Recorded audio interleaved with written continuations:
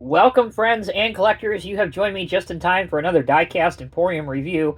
In today's video, we're going to be taking a look at one of the more eagerly anticipated models for the early part of 2023. This is the Diecast Masters Highline Series 1/50 scale Caterpillar 315 Excavator. Because it is in the Highline Series, it comes in the all-too-familiar white outer shipping box, 85957. That's your SKU or item number written on the side. To begin the unboxing process, cut open one of the tapes on the side, open up the box. That'll leave us with this white nylon bag whose sole purpose is to protect the metal tin, and the metal tin protects the model inside. You can see a picture of the model on the side of the metal tin now. Here's your item number, 1/50 scale. These are adult collectibles, not recommended for anyone under the minimum age of 14. If we turn the tin so that we can see the top of it, you can see yet another high-quality photo of the real machine. On the back of the tin, we are greeted with yet another photo of the real machine, as well as on the left-hand column, you can see the details of the real machine, like its machine dimensions, operational specifications, and engine details. All right, let's pop the top, see what awaits us inside. First, we have a single-sided instructional sheet which tells you how to place the operator inside the cab if you want to do that. And then secondly, we have the Diecast Masters Caterpillar catalog. I always encourage collectors to hang on to these and keep up to date with all of the additions to their collection. On the top layer of black foam rubber on the left-hand side, you'll see two holes. Those are finger holes. Stick your finger in the finger hole.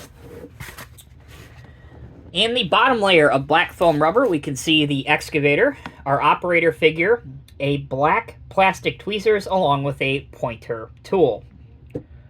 Careful what you grab onto, because there are some potentially fragile and breakable pieces that could break if you mishandle the model. The last piece of packaging that needs to be removed is this plastic around the tracks, which again protects the metal track links from separating during shipping. With that done, you're ready to display your model. All right, with the model out of its tin now, let's go ahead and show you the only bit of optional assembly, and that is if you want to place the operator inside the cab. Now, do note that if you look down from the bird's eye view, you can see the plastic inserts that they use to emulate the glass for the cab. They go wide inside of the operator's cab, so be careful. This will be a tight fit for your operator figure. Drop him in by using your fingers, as I do, or by using the supplied tweezer or pick. Make some final adjustments, make sure that he is nice and cozy, and then take the top of the cab and place it back on. With that, you are ready to go ahead and put your model to work.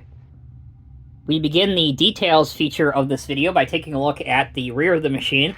You can see the Cat Modern Hex logo has been applied very crisply and looks very nice. You have some red reflectors.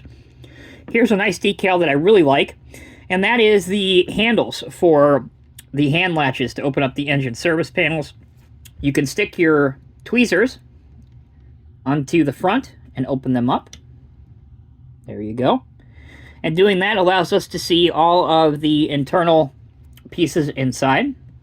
And it is different, both on the left-hand side and the right-hand side. So it's not just a cut and paste. It is very different on both sides.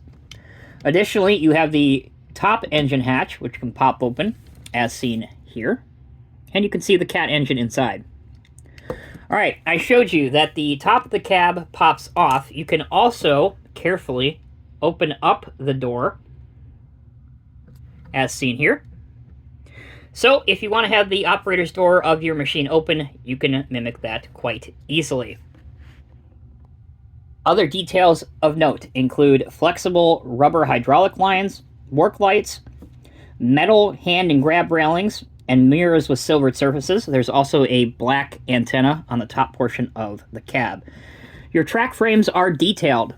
There's a lot of detail, although it's obstructed a little bit by the thick black paint, but you can see, if you look close enough, the idler wheels and each of the bolt heads on each of the track shoes.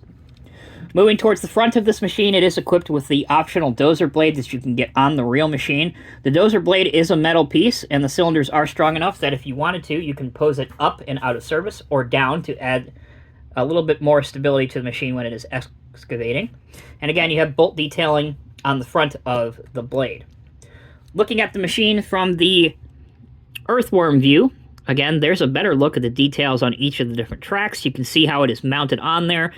The hydraulic rams are protected in those jackets here, as you can see, so that if any dirt or debris or rocks falls on it, it won't break or cut one of your hydraulic cylinders or rams. Okay, that's the details and most of the decals. Let's go ahead now and transition to functionality. All right, one of the biggest selling points of this model is the many opening engine hatches. I've already showed you that in service panels, so just quickly, we'll open them up again. Again, here is the top one. You can open up the door to the cab as well. Continuing, we'll take a look at the tracks now. You can make them move freely by hand as they are spring-loaded. You can rotate your excavator 360 degrees on the chassis. Already showed you again that you can raise the dozer blade up as well as down. And the last bit of functionality that we need to test out is the most important, and that is the boom, the stick, and the bucket functionality. So let's begin with raising it up as far as it will go. We'll take our stick out to as far as it will go. And that is excellent. As you can see, only a little bit of the cylinder still being left exposed outside of the jacket. Your bucket can fully discharge and fully curl out. Can also curl in fully, as I will demonstrate now, which allows you to have a parked pose or a transport pose if you want to have this machine on a tag trailer or a lowboy. You'll see an example of that here in just a minute or so.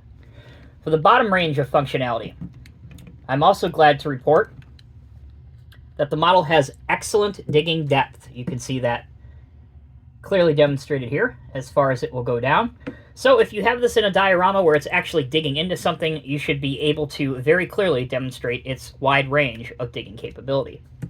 All that being said, there is one thing I would have liked to have seen on this model that it does not come with, and that is the ability to add some optional attachments, such as maybe a hydraulic impact hammer or a grapple or a shear, and you can't do that because stock from the factory, the bucket that's supplied with this model is riveted on, which means it's not removable.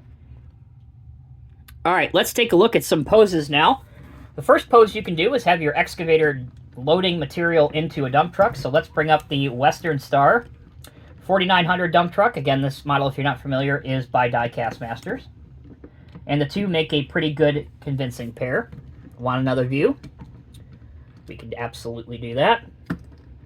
So there you go. You can also put this on a tag trailer. So let's use the same dump truck, quickly hook up a first gear tag trailer, which will be a suitable stand-in until we can have, hopefully, Diecast Masters come out with some tag trailers in the years to come. So for your transport load, we got our blade down, we've got our boom and stick and bucket curled all the way in to reduce the headroom, and there you go. You can see that it makes a very convincing transport load. In summation, the 1 to 50 scale Diecast Masters Highline Series Caterpillar 315 excavator is a wonderful addition to the growing range of 150th scale models by Diecast Masters. Most of the functionality of the real machine has been executed well on the model. The tracks move freely, the dozer blade can raise up and down. You can see that the boom and stick and bucket have a full range of functionality, topped off with the fact that there are many opening panels, whether they be service bays or the operator's cab door. Those are my views and my opinions. I'd like to hear yours. Please leave them down in the comments section below. Thank you all so very much for watching, and until next time, take care, be well. I'll see you in the next review.